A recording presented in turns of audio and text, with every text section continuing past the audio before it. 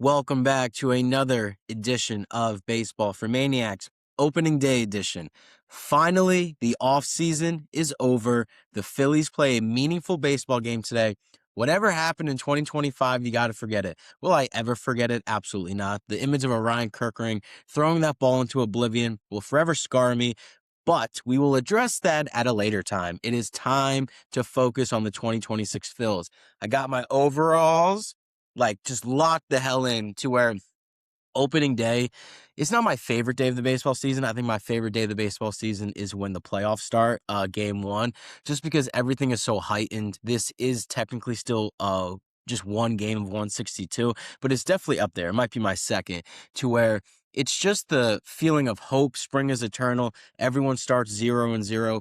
You have a chance to win a World Series. Technically, everyone has a chance, but we know realistically, not everyone has a chance. The Philadelphia Phillies genuinely have a real chance at winning the World Series. You want to say this about the Dodgers? I don't care. Are the Dodgers the favorite? Sure, but they are beatable. We saw what happened. Well, we didn't see, but earlier in the 2000s with the Yankees, they got beat by the Diamondbacks. They got beat by the Marlins. They didn't make it back to a World Series till 2009, and they had juggernaut teams to where baseball is the most fickle, the most unpredictable sport to where no matter what, you have a chance. And the Phillies have a damn good chance. And it's going to start this afternoon, 4:15, Christopher Sanchez versus Nathan Eovaldi. But let's get into the Phillies lineup today. Leading off, Trey Turner at shortstop. Batting second, Kyle Schwarber DHing. Batting third, Bryce Harper at first base. Batting fourth, Alec Boehm at third base. Batting fifth, Bryce Stott at second base.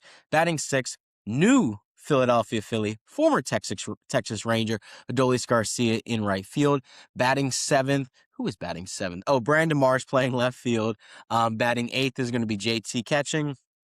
Batting ninth is going to be Justin Crawford making his major league debut. So you got so many things going on in this opening day, right? Obviously, it's opening day. It's Citizens Bank Park. It's going to be a madhouse. But you got Adolis Garcia playing his former team, his first game in Philadelphia. He's going to have a chance to feel that energy to where in Texas, of course, they got a great fan base, but the last 2 years, they haven't really been in the playoff hunt. You get Adolis Garcia in a moment like this, I think he's going to feed off of it. And I'm going to get into my same game parlay. We're going to start doing that for these pregame shows in the sense of like what I kind of have planned out for what I'm betting on DraftKings today.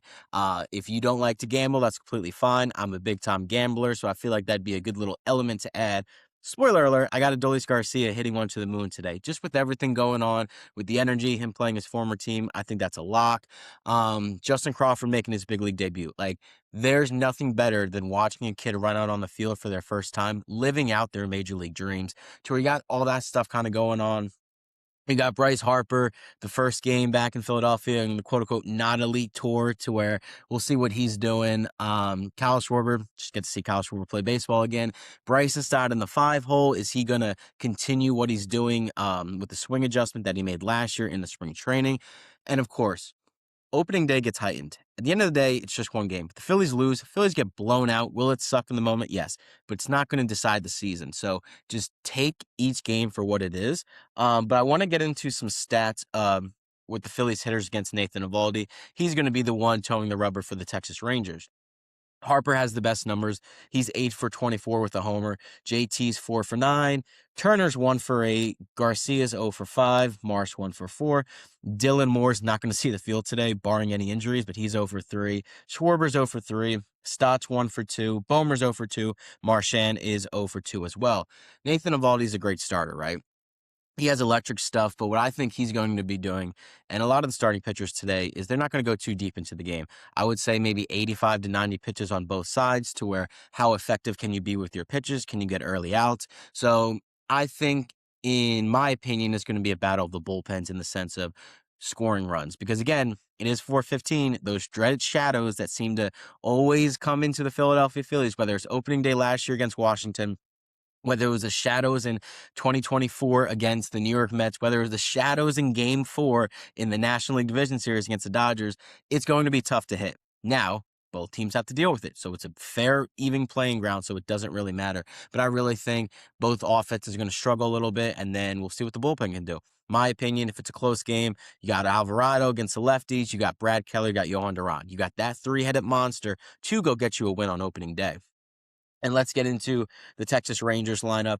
Of course, Brandon Nimmo, traded out of the division, opening day, comes back to South Philadelphia. I hate Brandon Nimmo. I think he's a dork. I think his stupid gig where he runs to first base after a walk is stupid. It helps nobody. It doesn't show you're hustling. It just shows that you're a me guy and a freaking loser. I hate Brandon Nimmo, but he'll be playing right field. Wyatt Langford in center field, he's a dog. Corey Seager's a stud, one of the best shortstops, big-time players in baseball. Jake Berger, he's hit or miss. He's either going to hit one out of the park or strike out 4 times. No in between. Andrew McCutchen made the team.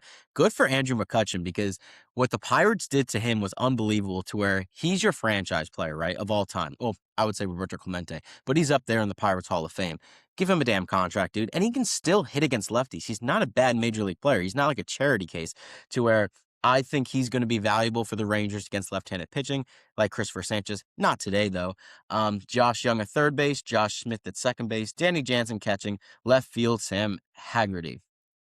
So, like I said, I think Christopher Sanchez probably is a 90-pitch limit. You don't want to overextend your starting pitchers in March, April, May. You want them ready to go in October, to where hopefully Christopher Sanchez can get some quick outs, go into at least the 6th inning, and then, like I said, three-headed monster, Alvarado, Keller, Duran. What are the matchups going to be? The matchups going to be whatever's presented in the inning, to where if there's a big-time lefty you have to get out, Jose is going to come in. Tanner Banks can also come in. Kyle Backus can also come in.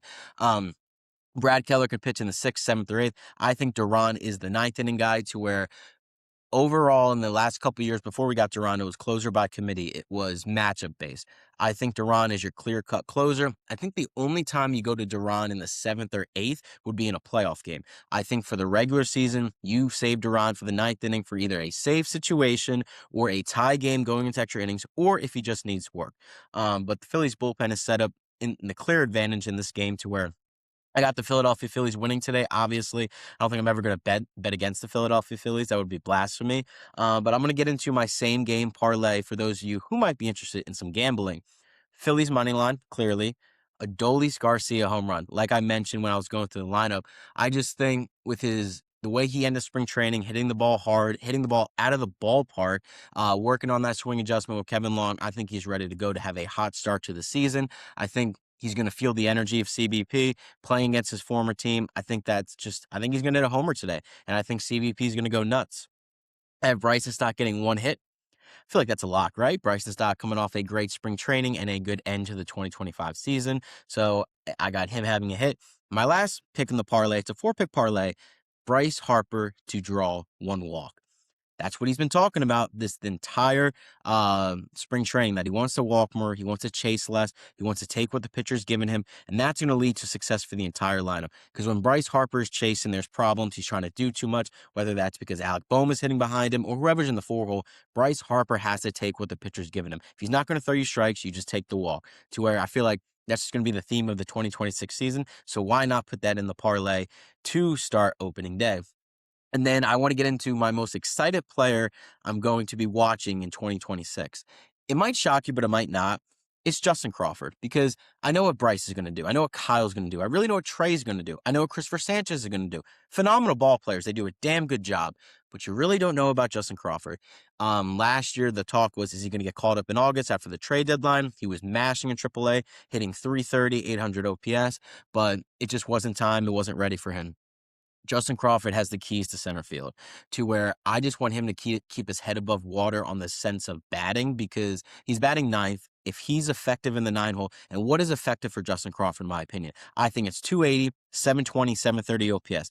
You cannot expect Justin Crawford to be a star, because he's not going to be a star. I don't think his ceiling is ever a superstar in the big leagues. I think his ceiling is a damn good, effective player. Stephen Kwan is kind of a comp I give to him, to where if he can just relax, March, April, May, to where he doesn't just completely get overwhelmed, to where he can learn some things. He's going to struggle at the big league level. Everyone does to start.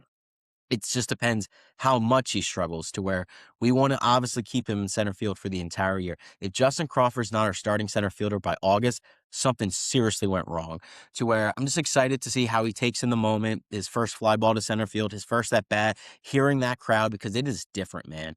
Lehigh Valley, minor leagues, hell, 28, 29 other big league teams, their stadium does not compare to Red October or opening day at CBP. So I'm very curious to see what he does, takes that all in. I think with his mental makeup, being the son of Carl Crawford, being in a big league clubhouse for his entire life, I think he's going to take that energy, hone it, and I think he's going to have a really good day. But that's going to do it for this pregame show. Let's go, Phils. I'll be doing a postgame show later today, hopefully celebrating a Philadelphia Phillies win. And as always, go Phils.